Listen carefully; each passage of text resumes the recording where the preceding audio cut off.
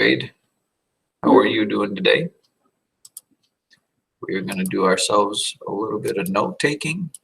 If you want to take out your notes under fractions, that's where we'll be. It won't be too terribly long, but it will be fun and or exciting here. Ladies and gentlemen, you're about to experience a world like you've never known before. And under fractions, let's write this up here. Fractions.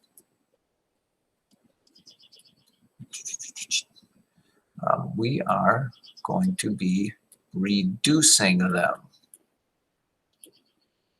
And we will interject a phrase that we haven't used a lot, but you will hear math people and me say we need to reduce to what's called lowest terms. And the basic gist of this is, as we found out, we've talked about this many times before. Let's say you order a pizza. For some reason, we always like to talk about pizza. Okay.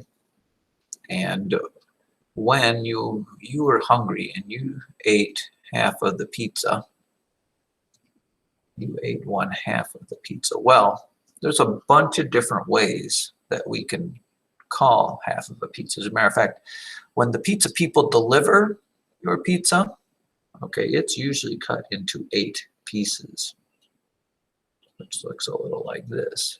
And if you ate half of the pizza, okay, you ate 4 of the 8 pieces of the pizza. You know, if by some chance, you know, the pizza place said, hey, we only cut our pizza into 6 pieces, well, you could still eat half of the pizza, but this time you'd only need to eat 3 out of the 6 pieces. So the deal with that is this.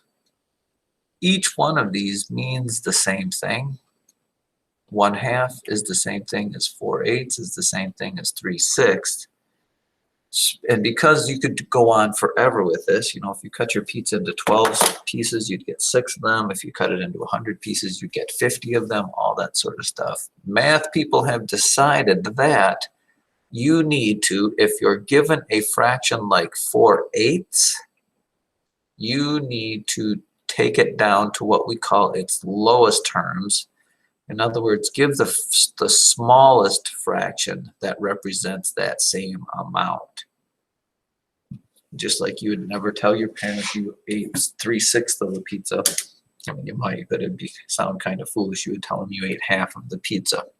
Now, how do we reduce? And we call that reducing. Like if I have 12 over 16, if I have 12 over 16, this fraction we say needs to be reduced or reduced. And when we reduce it, we're not changing what it stands for or how much it is. We are just making it in lowest terms or simplest terms. And the way that you just go about doing that is this. What you need to do is figure out, you look at the 2 numbers here and you ask yourself, what common factors do these both have? What common factors do they have? Now, you don't have to do this every time, but I'll do it just to give you an idea of what's going on here.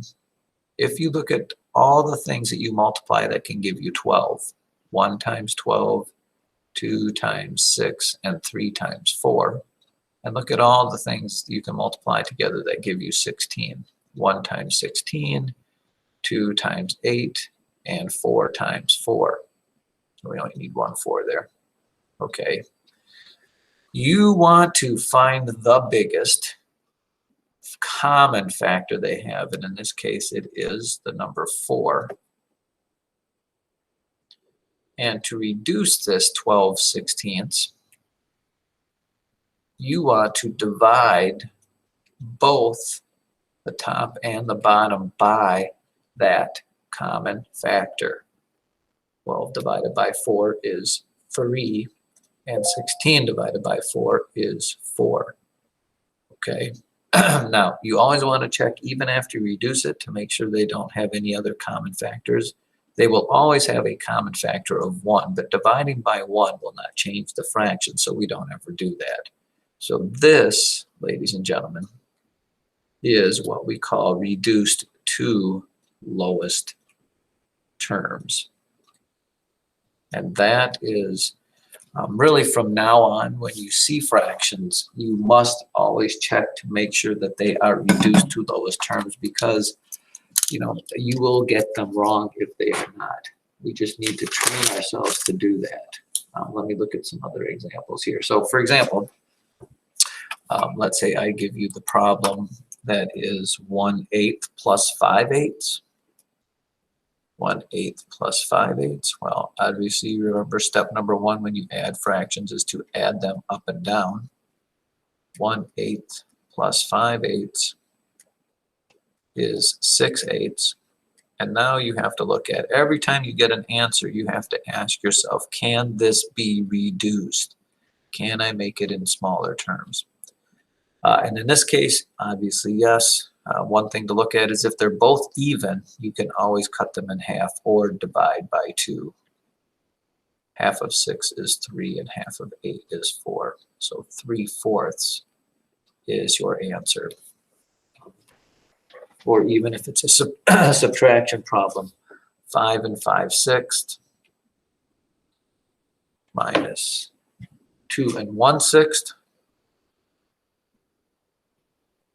When you subtract fractions here, you get 4/6. 1/6 from 5/6 is 4/6. 2 from 5 is 3. 3 and 4/6 we're not done, because you have to check. You have to check this fraction and see, can I reduce it? Can I make it simpler? And obviously, again, like we said, if it's even, you can always cut them in half or divide by 2. 4 divided by 2, 6 divided by 2. So your answer is 3 2/3. Always, always, always reduce. If there's something else here. If you had the fraction 3/9, now these are not even, but you still need to check and see, yeah, they both can be divided by 3. If you divide them both by 3, you get 1/3. This is reduced to its lowest terms. And here's something else you can think about. I'll just give you this. I don't think you run across too many of these here. But let's say you had 24/36. Okay.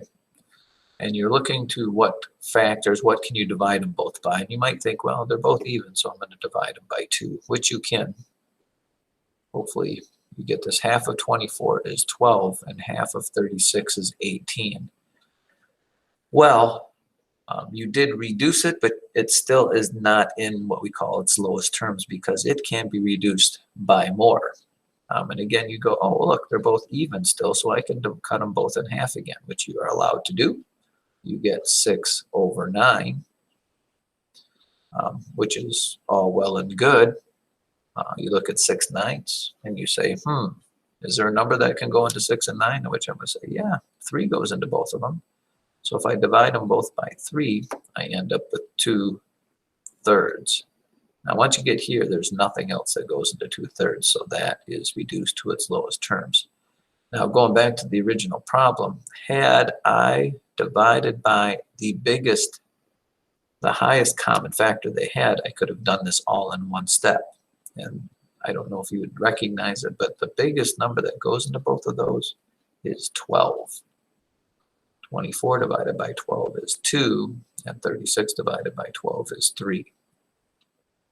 By the way, 12 is what you'd get. Remember, we divided by 2, and then we divided by 2, and then we divided by 3. 2 times 2 times 3 is 12.